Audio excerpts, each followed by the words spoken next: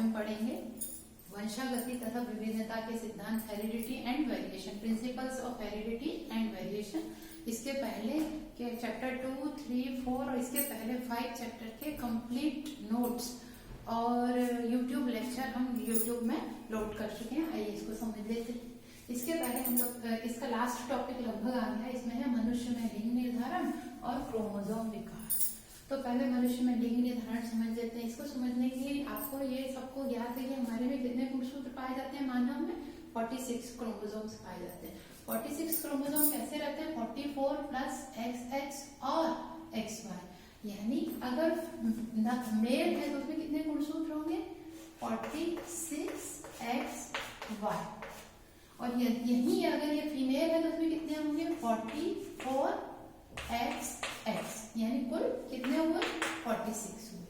ठीक है, तो इसमें जो XX और XY होता है, मेल में XY, फीमेल में XX होता है, उसे लिंग गुणसूत्र या सेक्स क्रोमोसोम कहते हैं। उसी के द्वारा लिंग निर्धारण होता है। देखिए कैसे होता है। मान लीजिए कोई फीमेल, उसमें कितने गुणसूत्र होंगे? XX 2 होंगे। और कोई मेल है उसमें कितने होंगे गुणसूत्र? X और Y होंगे। ठीक है, अब इनमें अगर क्रॉस होता है तो क्रॉस होगा तो देखिए क्या क्या संभावनाएं बनती है। इन दोनों में से जब क्रॉस होता है तो संतति में कोई एक गैमेट जाता है, इन दोनों में से एक और इन दोनों में से एक। ठीक है, तो क्या 4 संभावनाएं बन सकती हैं। मान लीजिए इनमें क्रॉस हुआ तो यहाँ से ये आया और यहाँ से ये X क्रोमोसोम आया, तो ये वो XX, तो ये क्या होगी? पुत्री, क्योंकि दोनों X क्रोमोसोम है। और मान लीजिए इस यहाँ से X आया और यहाँ से Y आया, तो XY, तो ये क्या होगा? पुत्र। इसी तरह से मान लीजिए निषेचन के समय हो सकता है ये वाला X गुणसूत्र चला जाए संतति बनते समय, और यहाँ से कौन सा आ जाए? ये आ जाए X वाला मेल से, तो ये हो जाएगा XX, तो ये क्या होगी? पुत्री। और मान लीजिए ये X आया और ये मेल से क्या आ गया? Y आ गया, तो क्या है? XY, तो ये होगा पुत्र। इस प्रकार हम देखते हैं कि पुत्र और पुत्री बनने की संभावनाएं कितनी होती है? 50-50% होती है।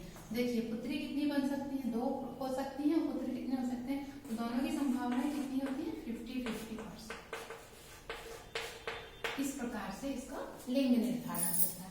आइए अब हम लोग इसी से संबंधित कुछ विकार हो जाते हैं उसको समझ लेते हैं।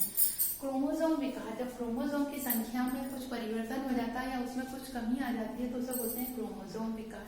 अब क्रोमोसोम हम आपको बता रहे हैं बच्चों 2 प्रकार के हैं, एक अलिंग होता है और एक लिंग क्रोमोसोम होता है। लिंग क्रोमोसोम तो हमने आपको बता दिया XX और XY, इसका वंशागति भी बता दी। अब अलिंग क्रोमोसोम क्या होते हैं?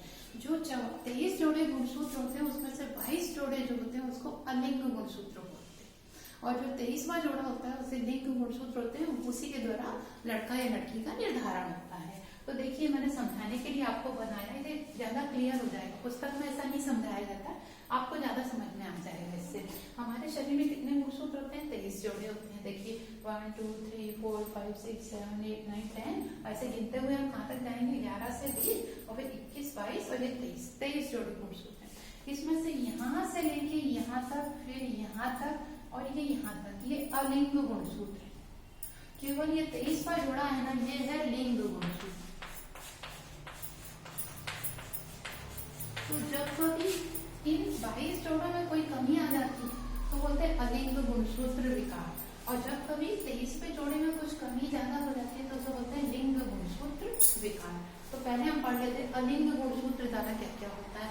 उसमें है डाउन्स सिंड्रोम। डाउन्स सिंड्रोम में क्या होता है बच्चों, जो हमारे 23 जोड़े गुणसूत्र होते हैं उसमें से 21वें गुणसूत्र के जोड़े में 2 के स्थान पर 3 X गुणसूत्र। अब 21वां जोड़ा कहाँ होगा? ये तो 1 से 10 तक ये हुआ, 11 से 20 तक ये हुआ, और 21वां जोड़ा ये। तो इसमें कितने गुणसूत्र होने चाहिए? 2 ही होने चाहिए, सब में जोड़े में 2 है। लेकिन जब डाउन्स सिंड्रोम हो जाता है तो उसमें 3 गुणसूत्र हो जाते हैं। 3 कैसे हो जाते हैं? X और Y, ऐसे 3 गुणसूत्र हो जाते हैं। तो उसे क्या बोलते हैं? डाउन्स सिंड्रोम बोलते हैं। समझ आ रहा है बच्चों? और ये क्या होती है? महिलाएं होती है। Y है। इसमें क्या होता है? ये महिलाएं रहती हैं, और ऐसी महिलाएं क्या होती हैं? ये उनमें ना हाथ पैर छोटे छोटे होते हैं, गर्दन छोटी होती है, मुंह खुला हुआ रहता है, आंखें बाहर निकली हुई रहती है, मस्तिष्क का विकास पूरा नहीं हुआ रहता है और ऐसे थोड़ा ऐसे टाइप का रहता है, हंसी आ सकती है आपको। और ऐसे बच्चे क्या होते हैं बच्चों, 10, 12, 8, 13 साल तक ही जीवित रहते हैं। उसके बाद इन्हें मंगोलियन जड़ता भी कहा जाता है और इस रोग को सबसे पहले ब्लैक डाउन्स ने खोजा था, इसलिए इसको डाउन्स सिंड्रोम भी कहा जाता है।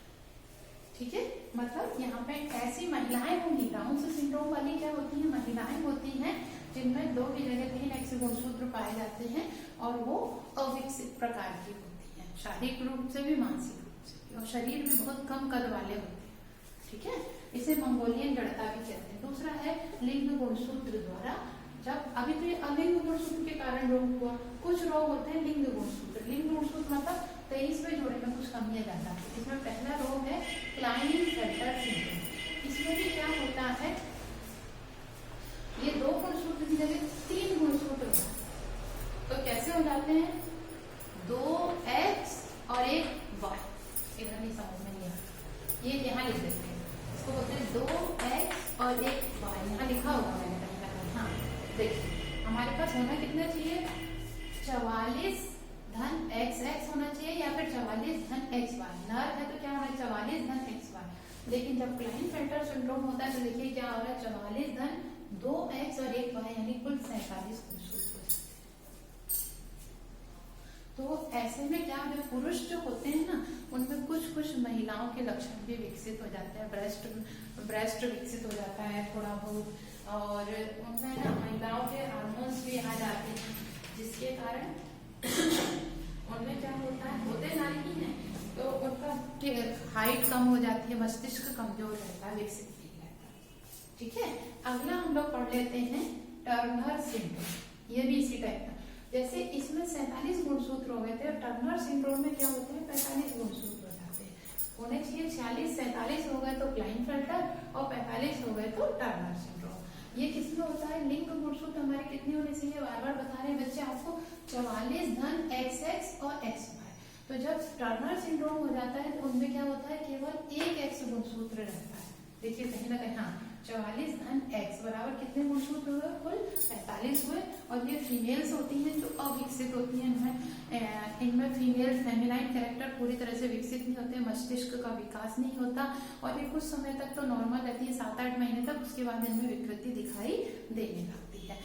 ब्रेस्ट का विकास नहीं होता है, अंडाशय में ओवरी प्रॉपरली नहीं बनते हैं, मस्तिष्क का विकास नहीं होता है, तो उसे क्या बोलते हैं, टर्नर सिंड्रोम। एक और रोग होता है बच्चों, अगला पढ़ लेते हैं, सिकल सेल एनीमिया। तो क्या होते हैं, हंसियाकार हो जाती है इसकी लाल लक्षण।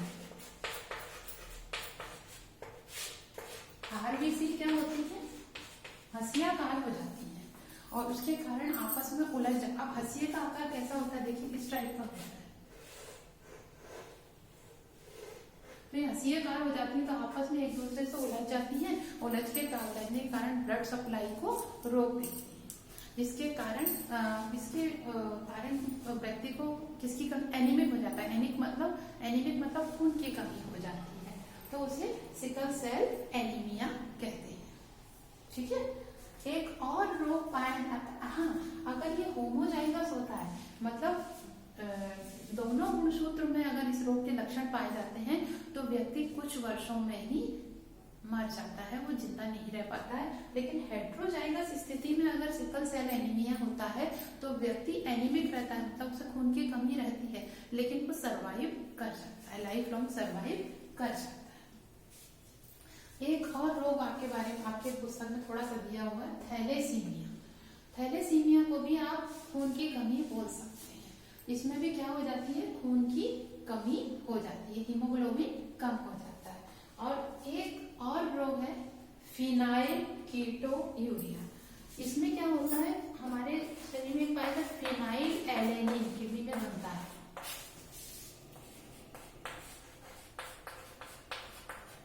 वो किसमें बदल जाता है, फिनाइल टायरोसिन।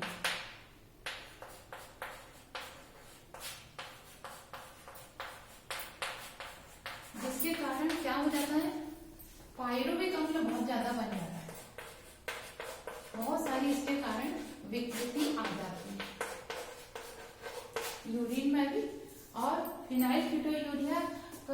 व्यक्ति जब यूरिन में उसको प्रॉब्लम होता है, सूजन आ जाती है, जलन होती है, और जब कभी ज्यादा यूरिन डिस्चार्ज करते हैं ना, तो ये पायरुविक अम्ल की उपस्थिति के कारण, फिनाइल टायरोसिन की उपस्थिति के कारण एयर के कांटेक्ट में जैसे ही उस व्यक्ति का यूरिन आता है वो रेड या ब्लैक कलर का हो जाता है, उसी से इसकी पहचान होती है, इसे बोलते हैं फिनाइल कीटोयूरिया। ये आपका आज का ये चैप्टर 5 का कंप्लीट हो गया है। Thank you.